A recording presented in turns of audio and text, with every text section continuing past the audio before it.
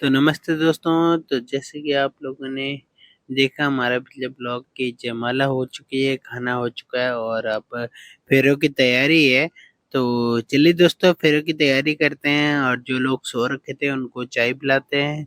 उसके बाद पूजा भी होनी है अभी अच्छा फेरों में। इतनी काम है। तो देखिए ब्लॉग और कैसा लगा आपको ब्लॉग प्लीज़ कमेंट करके ज़रूर बताना।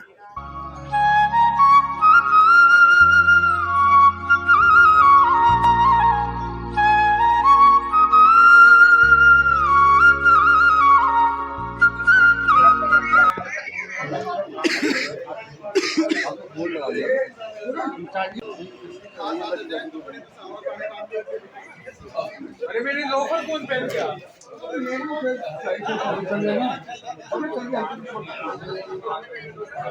तो दोस्तों शादी से पहले थी छठ और छठ में जो भी केले के पेड़ थे वो सारे लग गए थे।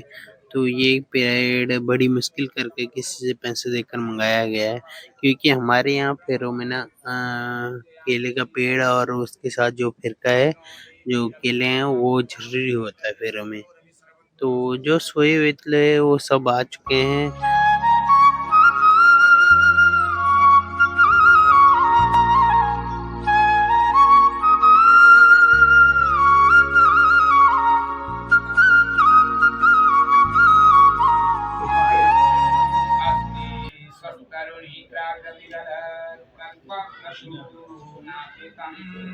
वस्तु प्रस्तुत वीणुनाद लहरी निर्वाण निर्व्याकुलम शस्त्र शस्त्र निवर्तने विविलसत् गोपी सहस्रावितम हस्तन्यस्तनकापवर्गमखिल दारम किशो किं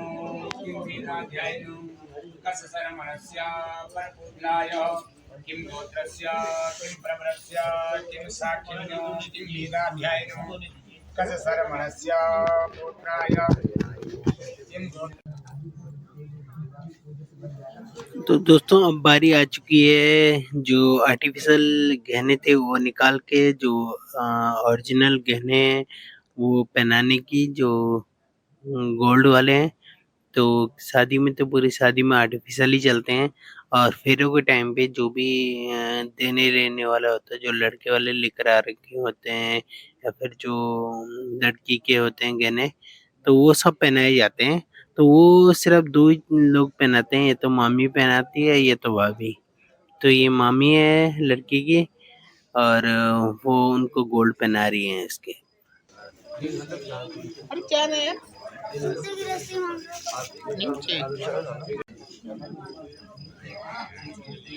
श्री चतुर्मुखी व्रत स्वकीय लोकादिष्टा पुरुषादिष्टा नामधु भागी फणिराज राजस्य शेष सहस्र फणि मंडली फणोपरि मानु मान सरोवर त्रिकूट स्थान। दोस्तों शादी का मेन पॉइंट यही है और यहाँ पे दुल्हन के माता पिता दुल्हन का कन्यादान कर रहे हैं और जो एक दिन पहले उनको व्रत लेना होता है, तो व्रत लेके वो कन्यादान कर रहे हैं। और इसके लिए दोस्तों पति पत्नी का होना जरूरी है कन्यादान के लिए। पूर्णात दोण सौद्र विधि विदिक मैथिला की कई कौशल कुलंद सेंद्र जाल सर्व हिंदू मध्य मध्य देश परम प्रताप के वो जो दक्षिणा चार्जिंग में लगाई ना उसको पढ़ के आइए लिखा क्या हुआ 10 अपराध इतनी वाली बात है करवा दे 10 कुर्बान 10 अपराध पाप उसी समय तत्काल नष्ट हो गए। ये गौ स्वरूपणी कन्या मैंने बड़े लाड और प्यार के साथ जो पाली है कन्या लक्षण सपन्या कन्या धरण तम दरादि विष्णु एवं ये लोग क्यों नहीं होते तैयार तुरंत गठ जोड़े के लिए बुलाओ पंडित जी को 3 प्रकारों के ऋण से पूर्ण हुआ। मैंने अपनी तरफ से बस ये प्रयास किया है कि मैं इसको अपने संस्कारों में परिपूर्ण इन संस्कारों को देने मेरी कोई भूल हो गई हो तो मैं आप नारायण से प्रार्थना करते हैं। क्या करें कन्या लक्षणम महत्वपूर्ण स्थान रखता है और विशेष दान जो है कन्यादान होता है। अन्यदान तो सब कोई करते ही है जैसे भूमि दान स्वर्ण दान गोदान। दोस्तों कन्यादान हो चुका है और अब बारी है गठबंधन की, जो दूल्हे का पल्लू होता है और जो दुल्हन का पल्लू होता है वो बांधने की बारी होती है, और वो करते हैं सिर्फ लड़के वाले। और लड़के वालों की तरफ से जो पंडित जी थे वो कर रहे थे इस काम को, और क्योंकि वो नहीं करते, उनके रिश्तेदार जो होते हैं वो करते हैं इस काम को। सिर्फ पल्लू का जो गठबंधन होता है वो करेंगे, और बाकी के रिवाज जो हमारी तरफ से होंगे वो हम लोग करेंगे।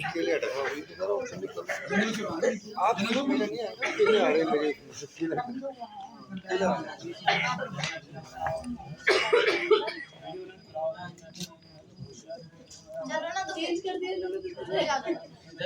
ऐसे भी छोड़ के गए थे।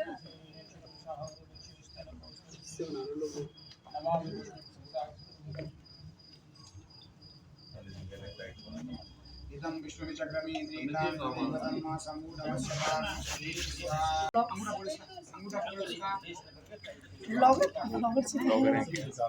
बस अब एक बार सामने देखना, मैं भी नीचे करना थोड़ा सा, उनके चेहरे पे आ रहा है।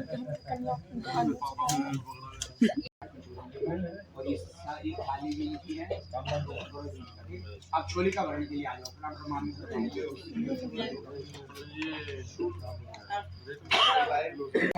गढ़वाली रीति रिवाजों में दूल्हे के शादी से पहले होने वाले पैरों दूल्हे गठबंधन एक धागा या माला के ऊपर से फल घुमाने का कारण यह है कि यह रस्म जोड़े की संपन्नता, खुशी और सौभाग्य सुनिश्चित करने के लिए होती है।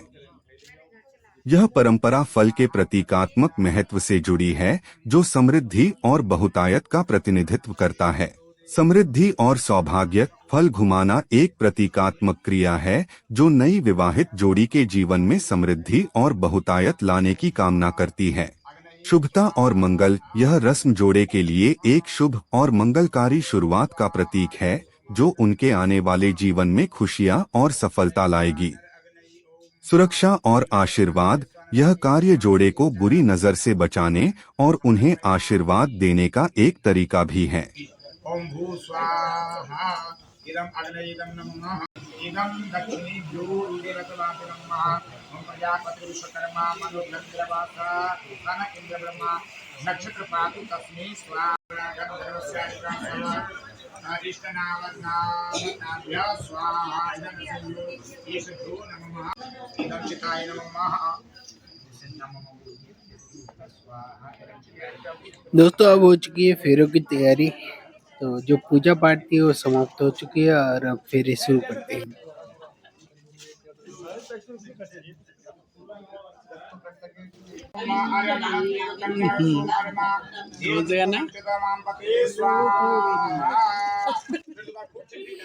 दोस्तों ये हैं मामी के सबसे छोटे वाले भाई, और ये थोड़े कॉमेडी मिजाज के हैं और मजाक मस्ती करते रहते हैं। जैसे काफी बार मैं उनसे शादियों में मिला हूँ तो ऐसे ही मजाक मस्ती करते रहते हैं। वधु अंगुष्ठाग्रणे विनियोग ग्रहमिता छत्र मंत्र अस्मारोहणी विनियोग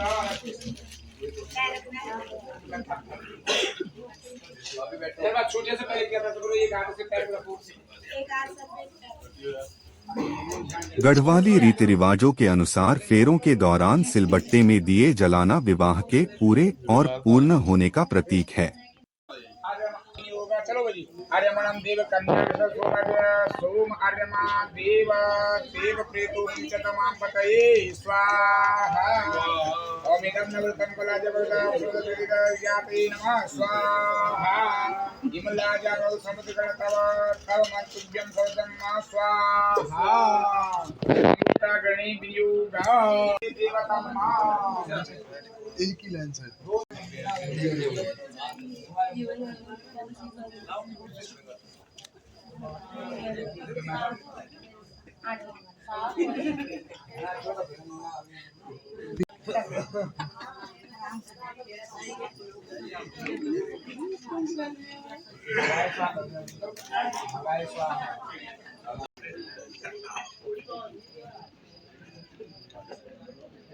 क्या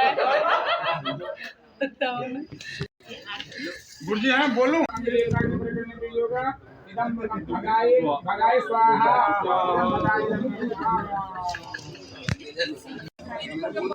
दोस्तों 7 फेरों में 4 फेरे जो हैं उसमें कन्या आगे चलती है और बाकी के जो 3 फेरे बचते हैं उसमें वर दूल्हा आगे चलता है। तो अभी दूल्हे की बारी है तो दूल्हा आगे चल रहा है और फेरे भी समाप्त होने वाले हैं दोस्तों।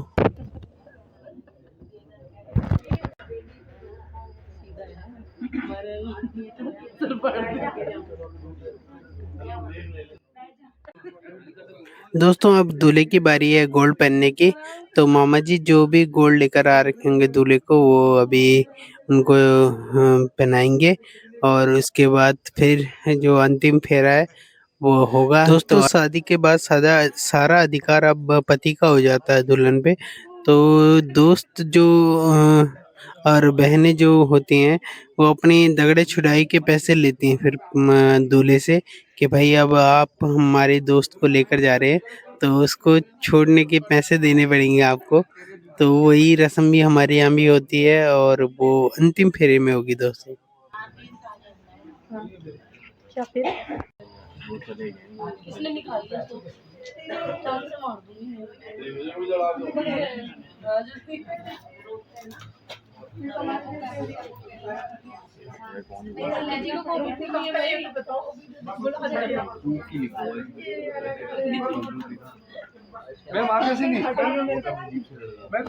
और दोस्तों पकड़ लिया है बहनों ने अपनी बहन को कि भाई अब हमें पहले पैसे दो दोस्त को ले जाने के बहन को ले जाने के लिए। और जो दूल्हे के जीजा जी थे वो आ गए थे बड़ी जल्दी और उन्होंने पैसे दे दिए थे। दोस्तों इसे कहते हैं पाणीग्रहण संस्कार। और जैसे कि वर वधू को अब उनके 7 वचन हैं लड़की के और 2 वचन लड़के के होते हैं तो वो स्वीकार करने होते हैं। उसी के बाद आगे शादी का कार्य संपन्न होता है। और आप आए और आप सीधा मेरे पर गुस्सा चिढ़ना इत्यादि शुरू करें, क्योंकि जहाँ पर बर्तन 4 होते हैं खटकते हैं, बर्तनों का स्वभाव है, लेकिन बर्तन खटकने ऐसे चाहिए जो बगल वालों को पता लगे। यानी और इससे बड़ा जो अब है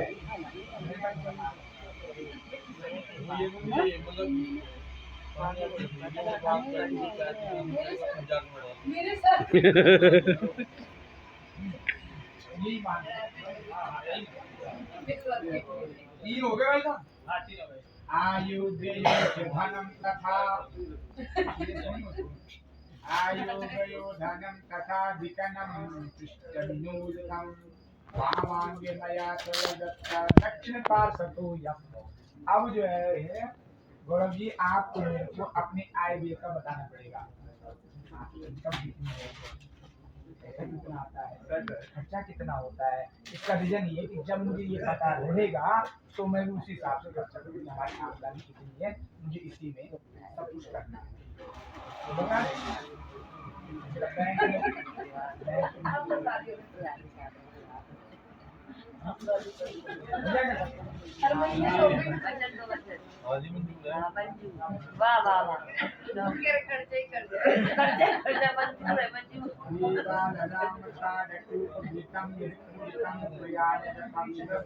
आपके मन में जब कोई भी शुभ विचार आएगा, देवालय का निर्माण करता हूँ या कहीं पर कोई कुआं या कोई पानी इत्यादि के लिए पानी पीने के लिए या कोई कूप या ऐसा कोई निर्माण सुंदर विचार जब आपके मन में आए जो भी बनाना हो, लेकिन मुझे पूछ करके मेरी सलाह करके लेकर के मैं ऐसा करने जा रहा हूँ, ये कार्य मैंने वहाँ पर किया है, ऐसा ऐसा अनुष्ठान किया, ऐसा पूजा किया, ऐसा दान दिया है, ऐसा निर्माण करवाया, जो भी मेरे संज्ञान में भी होना चाहिए। आप इस देश में रहें अथवा विदेश में रहें, संभवतः मैं हर समय आपके साथ में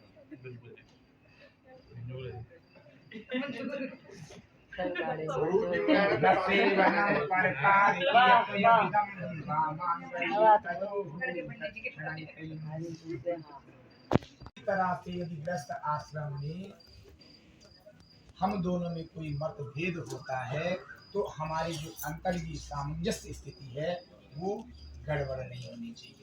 सामंजस्य हम एक दूसरे को पहचाने, एक दूसरे को मान करके चले, छोटी छोटी बातों पर जो है बराबर। इनमें से आपने अगर एक भी वचन को मान लिया तो समझो कि जीवन बेटा स्वर्ग है, और नहीं माना तो नरक ही। साथ के साथ ही मान लेते।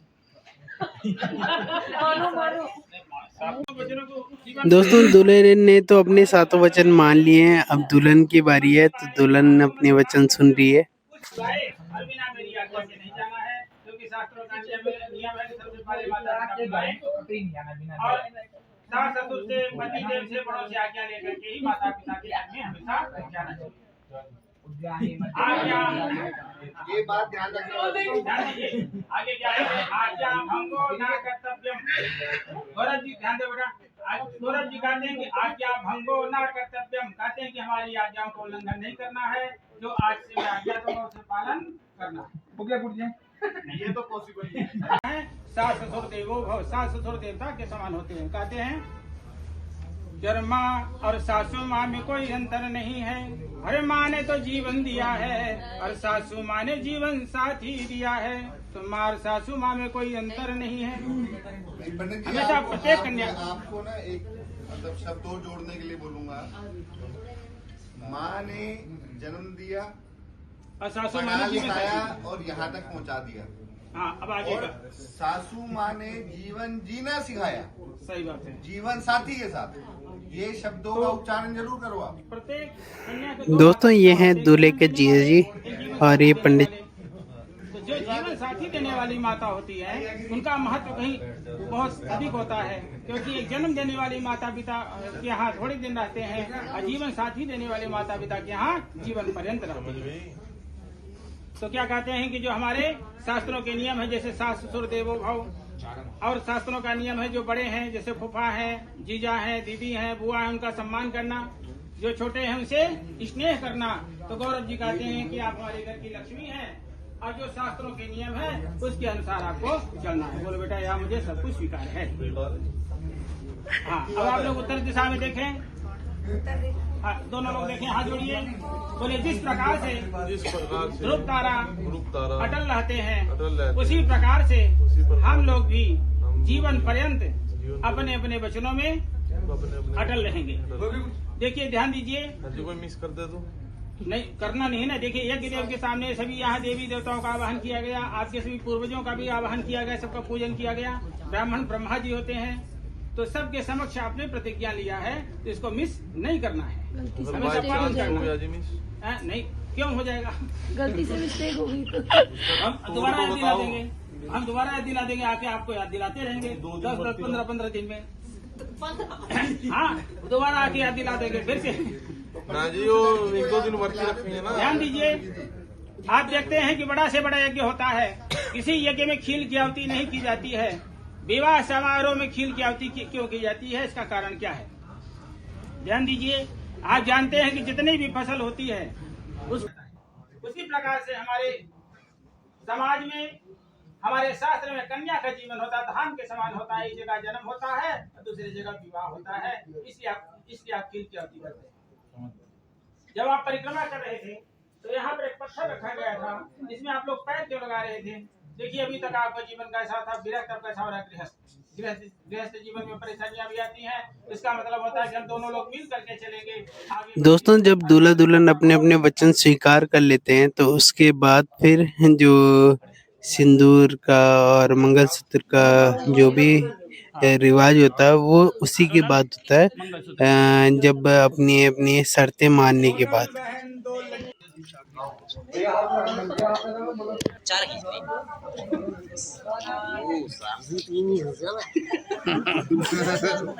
बोलो ये पता चलना चाहिए सब्जी फेंकोगे अच्छा है तुम। दोस्तों हम भाई बहनों के आपस में मजाक मस्ती चल रही थी और ये हमारी बहन सीरिया की रावण जैसी हंसी दिखी, कितने भयंकर तरीके से हंस रही हो। ये राहुल का मजाक उड़ाया जा रहा है। मुझे मारो ऐसे हो रही है 30%। ये पूरी है, ये 30 है। एक ही लाइन से दोनों आंखों से एक ही लाइन से देख रहा है। हल्दी तो साफ कर ली। बात बात में ब्लॉग में बनाया इन्हीं का चल रहा है। ये लड़की राहुल का मजाक उड़ा रही है। वापस नेपाल जाएगा। बोल जाएगा बोल वापस नेपाल जाएगा। खबर कहाँ आपको? भाई प्रणाम स्पीकर बस नो फ्लाइट में बदल जाएगा। बदल जाए कहाँ? वापस नेपाल जाएगा। काठमांडू तक। हाँ? जाट में आ जाओ एक बार, जाट में आ जाओ एक बार। टोपी तार दो अरे बाल तार के जाट में आ जाएगा। केक खरीदना है उसमें आ जाओ ना एक बार। ये तो बहुत ज्यादा हो गया। बीच में ब्रेक आ गया। नहीं रिफिलिंग भी करी थी इसने पानी की।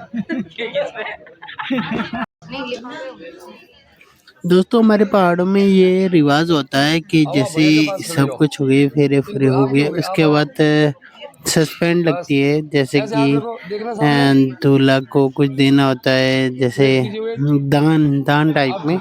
तो सभी लोग अपने हिसाब से जो भी लेकर आए होंगे, गोल्ड या फिर चांदी या फिर लिफाफे, जो भी है दुल्हन को या दूल्हे को, वो देते हैं। इधर देखिए, मेरे कैमरे में देखिए। हाँ जी, इधर वो हाथ बह के पीछे रखो, बस यहाँ देखो, मेरे कैमरे में देखो। इधर इधर इधर आप पीछे हो जाना, एक बार आप पीछे हो जाना, एक बार वो हाथ पीछे लगाओ, जो टीका लगाओ।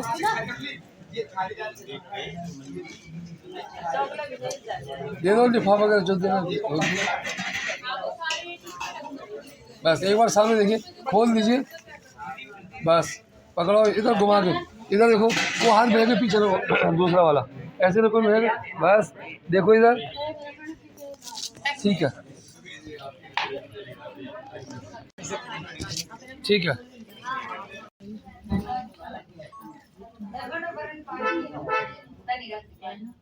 इधर देखना, पकड़ाओ पकड़ाओ, सामान पकड़ाओ, देखो इधर मेरे कैमरे में देखो, वेट करना, ठीक है। ये हाथ, ये वाला हाथ नीचे करो, बस। अब देखना सामने इधर, चलो जी।